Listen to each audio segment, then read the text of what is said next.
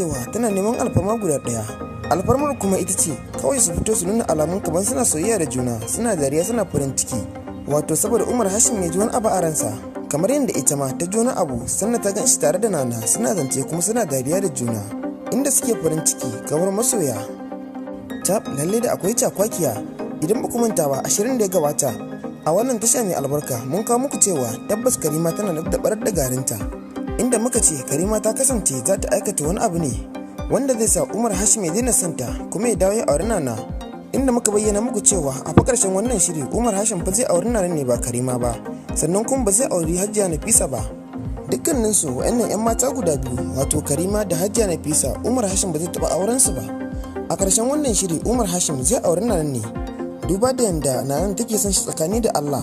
Ta yanda muka fahimci haka shine Nana ta yi kokari ta fahimtar da Baɗayaji cewa Umar Hashim fa bai laifi ba, sannan kuma ta wanke shi tas da soso da sabulu a gurin Baɗayaji, yayin da Baɗayaji ya yarda da ita kuma shi ma ya zo ya yi kokarin wanke Umar Hashim a gurin sauran ma'aikata, amma sai dai kashi abin ya ci tira. Wannan shine dalilin da yasa muka bayyana muku cewa Umar Hashim fa zai auri Nana ne ba Karima ba, sannan kuma ba Hajiya Nafisa ba. Lalle a shirin Izzar So kashi na 52 lalle akwai cakwakiya, kai ba ma cakwakiya ba, za mu iya kiranta da takwalkulin cakwakiya, domin a kashi na 52 ne za mu ga inda Hajiya Nafisa ta ɗauko Hajara ta kawo ta ma'aikata. Shin wai Hajiya Nafisa ta haƙura ta zub da makamanta ne, ta karɓi Hajara a matsayin ƙanwata hannu bibbi ne, ko kuma shin yaya? Domin a kashi na 51 mun ga inda Hajiya Sara ta wanke tukunyata a gurin Matawalle, tana kokarin nuna Matawalle cewa ita mutum ne kirki ce, sannan kuma tana bala'in son Hajara, domin ta fahimci cewa Alhaji Matawalle yana son Hajara sosai. Wannan ne dalilin da yasa Hajiya Sara ta umarci Hajiya Nafisa da ta tafi da Hajara babban ma'aikata, domin tana so Matawalle ya ƙara ganin mutuncinta. Ita kuma Hajiya Nafisa ba ta da wani zaɓi wanda ya wuce ta ɗauki Hajara ta sa a motarta, sannan ta tuƙa ta kuma ta kai ta babbar ma'aikata. Hakan ne kuma ta faru, inda Hajiya Nafisa ta ɗauki Hajara ta sa a motarta, har ma sai da Hajara ta shiga baya. Sai Hajiya Nafisa ta fito ta ce ta koma gaba. Ita ma dai Hajiya Nafisa tana so ta nuna wa Matawalle cewa tana bala'in son kanwarta wato Hajara, domin sun fahimci cewa Alhaji Matawalle yana bala'in santa. Saboda haka ba su da wani zaɓi da ya wuce su nuna mata soyayya, musamman a gaban Alhaji Matawalle, domin suna so matsayinsu ya ƙaru a gurin Alhaji Matawalle. Lalle akwai kallo ranar da Alhaji Matawalle zai gano makircin wa'annan matan guda biyu, wato Hajiya Sara mara kirki da kuma Hajiya Nafisa mai izza. Dukkanin wanda yake kallon shirin Izzar So yana so ya ga Hajiya Sara a cikin bakin ciki da kunci. To hakan ne ya faru a kashi na 51 wannan muka kalla, inda muka ga yanda Hajiya Sara ta kasance a cikin kunci da bakin ciki, yayin da ta kasance tana huhuro hanci tana gwala wannan manyan idanuwan nata masu ban tsoro. Menene ya janyo mata wannan kunci da bakin ciki?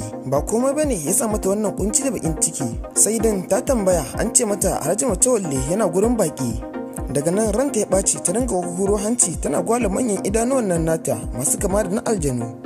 Ashe bakin cikin nata ma bai kare ba, ta yi tsammani za ta ga Alhaji Matawalle ya fito shi kadai, sai dai kuma kashi ba shi kadai ya fito ba, sai ta ga ya fito tare da tsohuwar matarsa, mahaifiyar 'ya'yansa guda biyu, wato Hajara da babban dan Alhaji Matawalle wanda ya bata.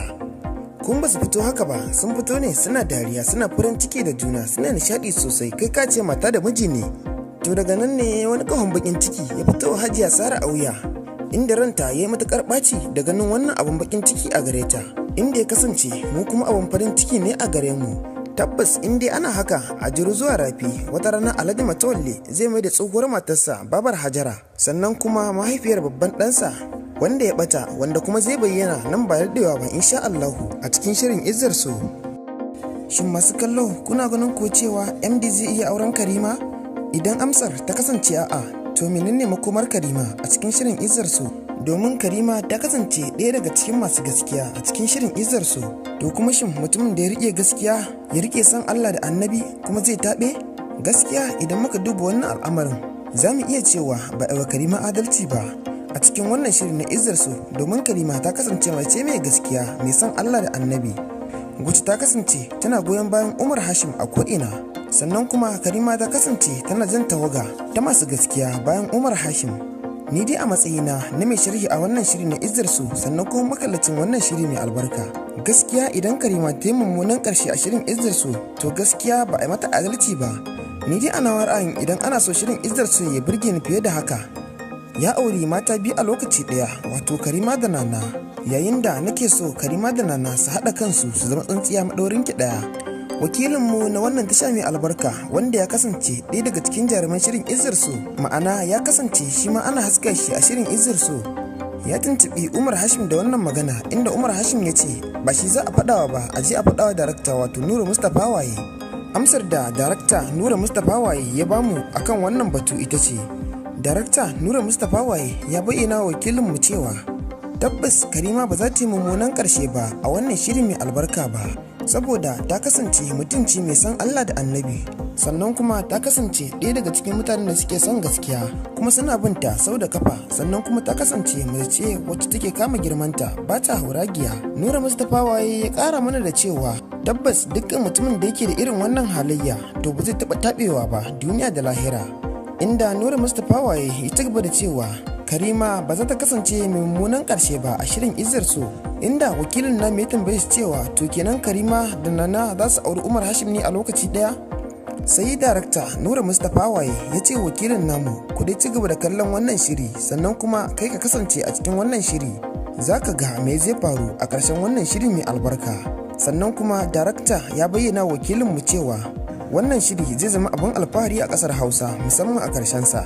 Sannan darakta ya ci gaba da faɗa wakilin namu cewa bayan an kammala wannan shiri mai albarka za a ci gaba da yin wani shiri na daban, wanda Nura Mustapha Waye ya bayyana cewa wannan shiri na daban zai kasance ya kusa ko ya kai ko ya fi wannan shiri na Izzar So kyau da ma'ana, inda wakilin namu ya tambaye Nura Mustapha Waye cewa shin anya kuwa za a samu wani shiri wanda ya fi ko ya kai shirin Izzar So kyau da ma'ana, inda Nura Mustapha Waye ya amsa masa da cewa shirin Izzar So tunani aka yi aka rubuta labarin kuma sai ya kasance kamar gaske kuma ya kyau da ma'ana.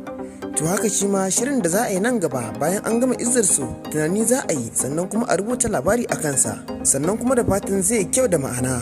Nura Mustapha Waye ya ci gaba da cewa sai dai kuma ba mu sani ba ko shirin da za a yi nan gaba zai kai Izzar So karbuwa a gurin al'umma, wannan kuma hurumi ne na Allah, idan Allah ya ga dama sai ya daga shirin da za a yi bayan shirin Izzar So ya kasance ma har ya fi shirin Izzar So karbuwa, in kuma Allah ya ga dama sai ya kasance dukkinsa da ma'anarsa ya kasance bai karɓu ba a gurin mutane, wannan kuma ganin damar Ubangiji ne maɗaukakin sarki. Tabbas haka al'amarin yake. Bayan wakilinmu na wannan tasha mai albarka ya bayyana mana yadda suka yi da darakta Nura Mustapha Waye, sai muka ce da shi idan sun koma wajen aiki, ma'ana idan sun koma wajen ɗaukar shirin Izzar So, to ya yi wa Umar Hashim tambaya cewa wai da gaske ne Umar Hashim shi zai kasance ɗaga mai girma Matawalle wanda ya ɓata ana ta neman sa shekara da shekaru, inda Umar Hashim ya bayyana mana cewa shi ba bai sani ba, sai dai mu je mu samu darakta Nura Mustapha Waye mu ƙara tambayarsa. Yayin da wakilin namu bai kasa a guyo ba kuma ya ƙara koma gurin darakta Nura Mustapha Waye ya ƙara tambayarsa, inda darakta ya amsa masa da cewa a juru zuwa rafi wata rana tulu zai fashe. Darakta Nura Mustapha Waye yana nufin a ci gaba da kallon shirin Izzar So nan gaba za a ga komai, inda darakta Nura Mustapha Waye ya ƙara mana da cewa shirin Izzar So ya ma kusa ƙarewa, domin muddin dan Alhaji Matawalle ya bayyana to shikenan shirin Izzar So ya zo ƙarshe, domin dan Alhaji Matawalle shine zai karkare komai a cikin shirin Izzar So. Wannan shine da muka yi da darakta Nura Mustapha Waye. Ku kasance da wannan tasha a koyaushe domin samun ingantattun labarai daga bakin darakta Nura Mustapha Waye.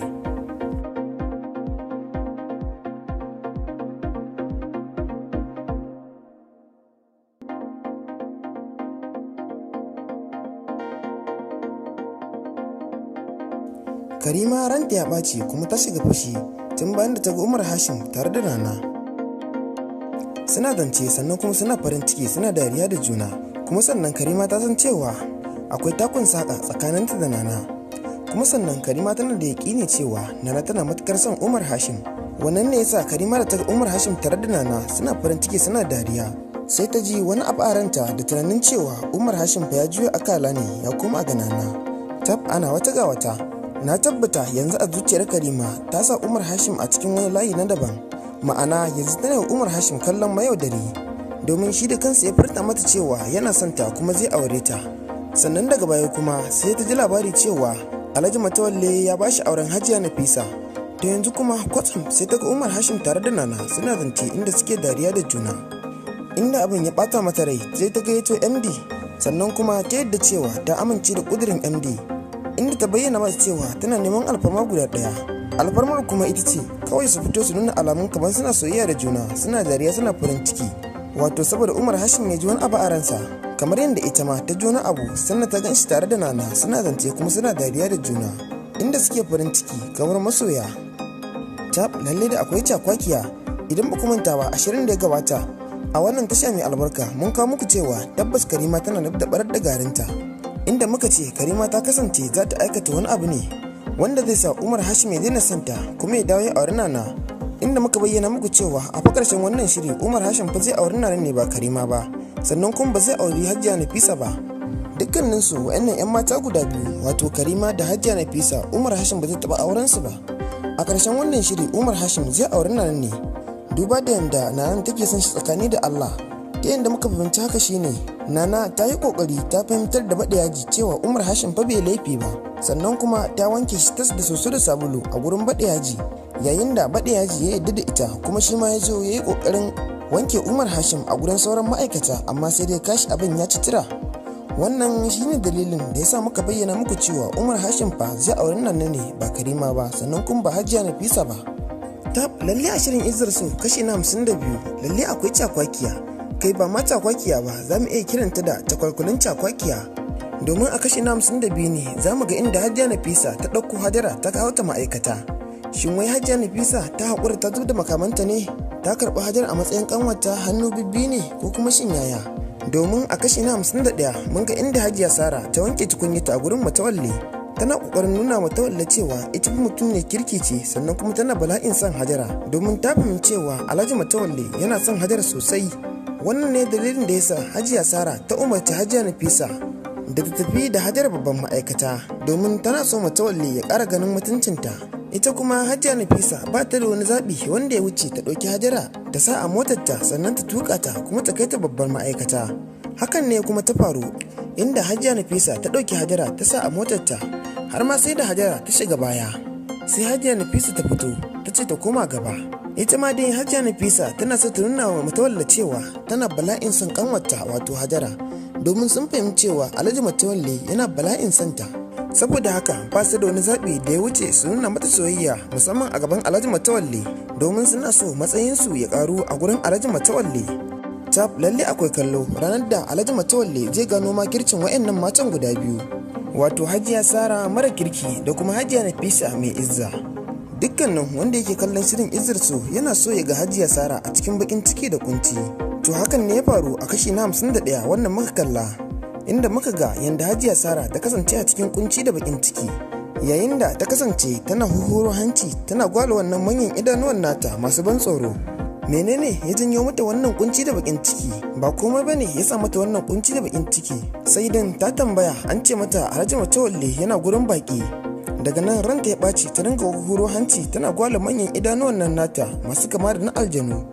Ashe bakin cikin nata ma bai kare ba, ta yi tsammani za ta ga Alhaji Matawalle ya fito shi kadai, sai dai kuma kashi ba shi kadai ya fito ba, sai ta ga ya fito tare da tsohuwar matarsa, mahaifiyar 'ya'yansa guda biyu, wato Hajara da babban dan Alhaji Matawalle wanda ya bata. Kun ba su fito haka ba, sun fito ne suna dariya, suna farin ciki da juna, suna nishadi sosai, kai ka ce mata da miji ne. To daga nan ne wani kahon bakin ciki ya fito Hajiya Sara a wuya, inda ranta ya yi matukar ɓaci da ganin wannan abun bakin ciki a gare ta, inda ya kasance mu kuma abun farin ciki ne a gare mu. Tabbas in dai ana haka a jiru zuwa rafi, wata rana Alhaji Matawalle zai mai da tsohuwar matarsa babar Hajara, sannan kuma mahaifiyar babban ɗansa wanda ya bata, wanda kuma zai bayyana nan ba daɗewa ba insha Allahu a cikin shirin Izzar So. Shin masu kallo kuna ganin ko cewa MD zai iya auren Karima? Idan amsar ta kasance a'a, to menene makomar Karima a cikin shirin Izzar So? Domin Karima ta kasance ɗaya daga cikin masu gaskiya a cikin shirin Izzar So. To kuma shin mutumin da ya rike gaskiya, ya rike san Allah da Annabi kuma zai taɓe?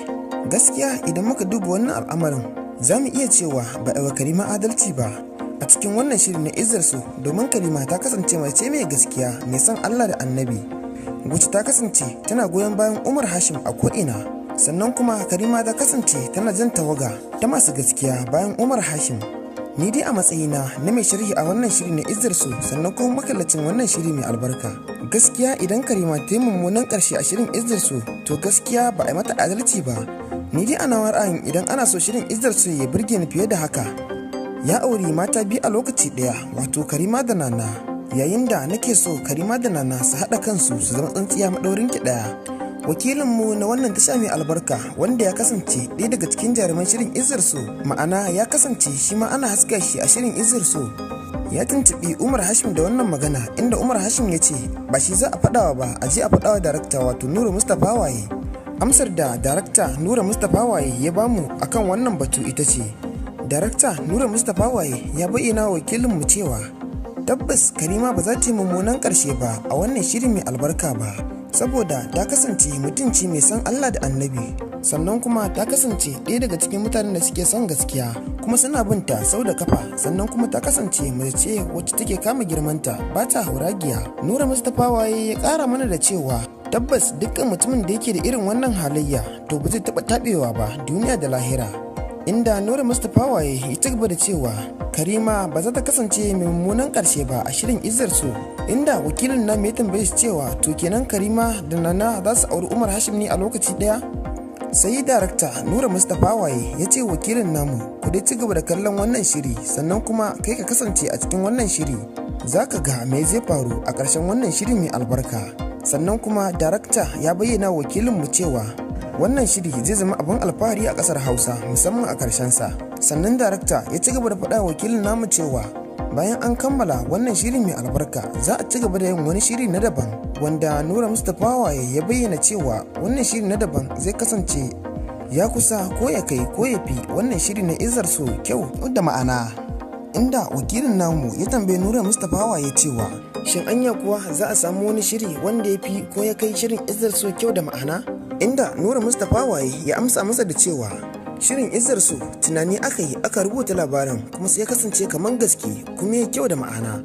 To haka shi ma shirin da za a yi nan gaba bayan an gama Izzar So tunani za a yi sannan kuma a rubuta labari a kansa sannan kuma da fatan zai kyau da ma'ana. Nura Mustapha Waye ya ci gaba da cewa sai dai kuma ba mu sani ba ko shirin da za a yi nan gaba zai kai Izzar So karɓuwa a gurin al'umma. Wannan kuma hurumi ne na Allah, idan Allah ya ga dama sai ya daga shirin da za a yi bayan shirin Izzar So ya kasance ma har ya fi shirin Izzar So karbuwa, in kuma Allah ya ga dama sai ya kasance dukkinsa da ma'anarsa ya kasance bai karɓu ba a gurin mutane. Wannan kuma ganin damar Ubangiji ne maɗaukakin sarki. Tabbas haka al'amarin yake. Bayan wakilinmu na wannan tasha mai albarka ya bayyana mana yadda suka yi da darakta Nura Mustapha Waye, sai muka ce da shi idan sun koma wajen aiki, ma'ana idan sun koma wajen ɗaukar shirin Izzar So to ya yi wa Umar Hashim tambaya cewa wai da gaske ne Umar Hashim shi zai kasance ɗaga mai girma Matawalle wanda ya ɓata ana ta neman sa shekara da shekaru. Inda Umar Hashim ya bayyana mana cewa shi ba bai sani ba, sai dai mu je mu samu darakta Nura Mustapha Waye mu ƙara tambayarsa. Yayin da wakilin namu bai kasa a guyo ba kuma ya ƙara koma gurin darakta Nura Mustapha Waye ya ƙara tambayarsa, inda darakta ya amsa masa da cewa a juru zuwa rafi wata rana tulu zai fashe. Darakta Nura Mustapha Waye yana nufin a ci gaba da kallon shirin Izzar So nan gaba za a ga komai. Inda darakta Nura Mustapha Waye ya ƙara mana da cewa shirin Izzar So ya ma kusa ƙarewa domin muddin dan Alhaji Matawalle ya bayyana to shikenan shirin Izzar So ya zo ƙarshe, domin dan Alhaji Matawalle shine zai karkare komai a cikin shirin Izzar So. Wannan shine da muka yi da darakta Nura Mustapha Waye. Ku kasance da wannan tasha a koyaushe domin samun ingantattun labarai daga bakin darakta Nura Mustapha Waye.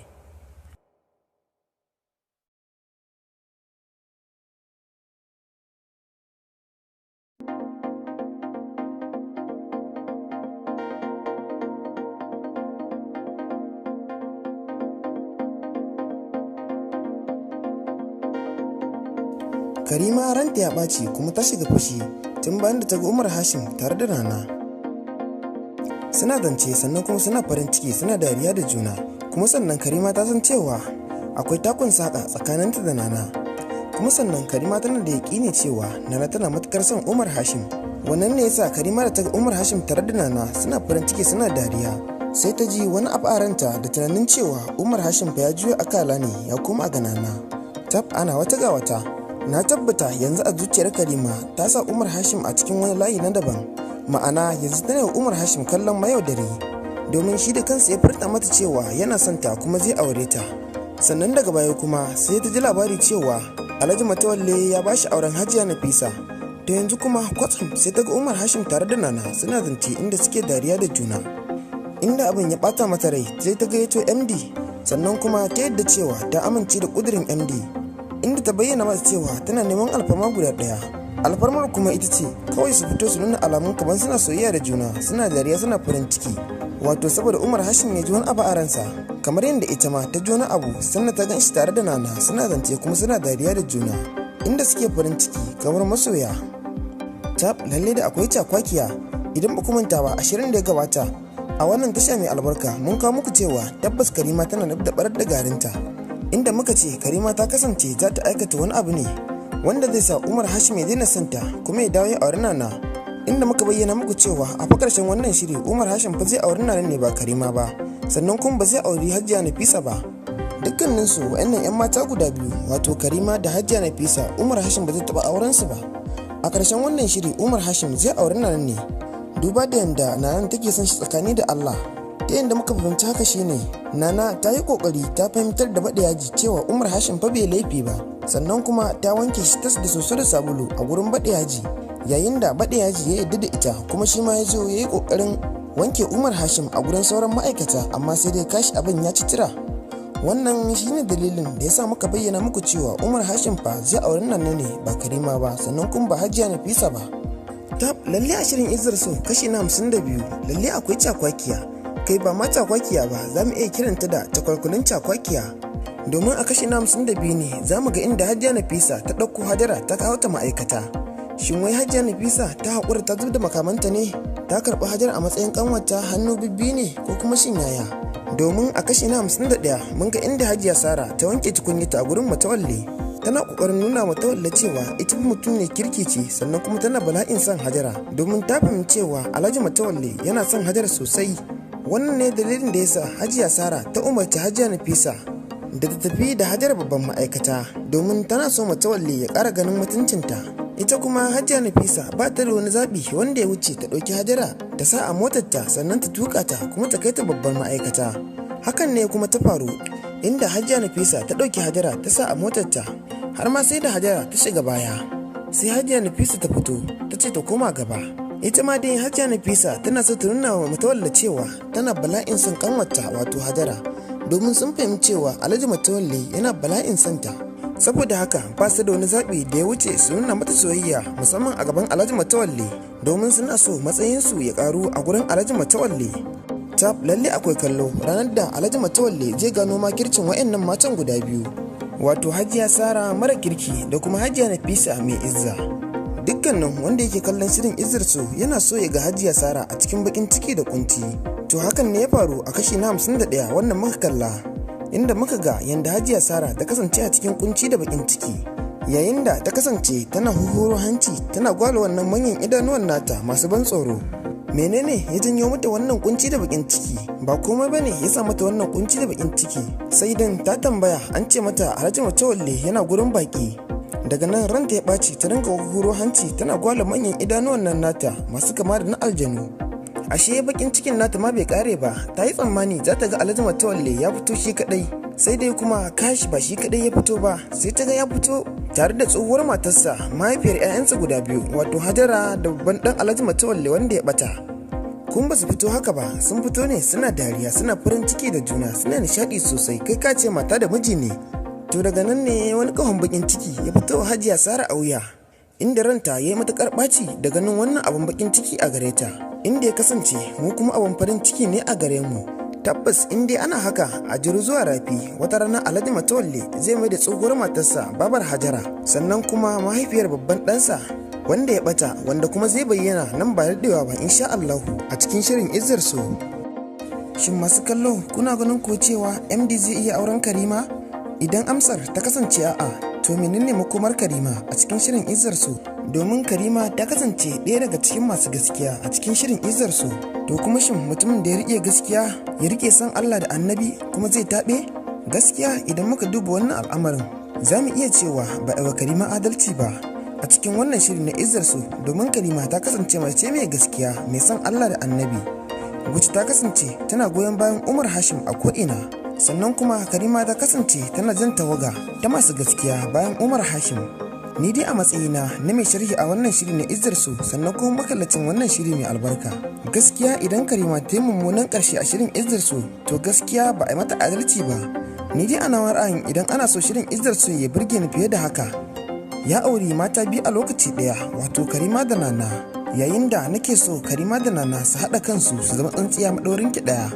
Wakilinmu na wannan tasha mai albarka, wanda ya kasance ɗaya daga cikin jaruman shirin Izzar So, ma'ana ya kasance shi ma ana haska shi a shirin Izzar So, ya tuntuɓi Umar Hashim da wannan magana, inda Umar Hashim ya ce ba shi za a faɗawa ba, a je a faɗawa darakta wato Nura Mustapha Waye. Amsar da darakta Nura Mustapha Waye ya bamu akan wannan batu ita ce, darakta Nura Mustapha Waye ya bayyana wa wakilinmu cewa tabbas Karima ba za ta yi mummunan ƙarshe ba a wannan shiri mai albarka ba, saboda ta kasance mutunci mai san Allah da Annabi, sannan kuma ta kasance ɗaya daga cikin mutanen da suke son gaskiya kuma suna binta sau da kafa, sannan kuma ta kasance mace ce wacce take kama girmanta ba ta hauragiya. Nura Mustapha Waye ya ƙara mana da cewa tabbas dukkan mutumin da yake da irin wannan halayya to ba zai taɓa taɓewa ba duniya da lahira, inda Nura Mustapha Waye ya ci gaba da cewa Karima ba za ta kasance mai mummunan ƙarshe ba a shirin Izzar So, inda wakilin na mai tambaye shi cewa to kenan Karima da Nana za su auri Umar Hashim ne a lokaci ɗaya? Sai darakta Nura Mustapha Waye ya ce wakilin namu ku dai ci gaba da kallon wannan shiri, sannan kuma kai ka kasance a cikin wannan shiri, za ka ga me zai faru a ƙarshen wannan shiri mai albarka. Sannan kuma darakta ya bayyana wakilinmu cewa wannan shiri zai zama abin alfahari a ƙasar Hausa, musamman a ƙarshen sa. Sannan darakta ya ci gaba da faɗa wakilin namu cewa bayan an kammala wannan shiri mai albarka za a ci gaba da yin wani shiri na daban, wanda Nura Mustapha Waye ya bayyana cewa wannan shiri na daban zai kasance ya kusa ko ya kai ko ya fi wannan shiri na Izzar So kyau da ma'ana.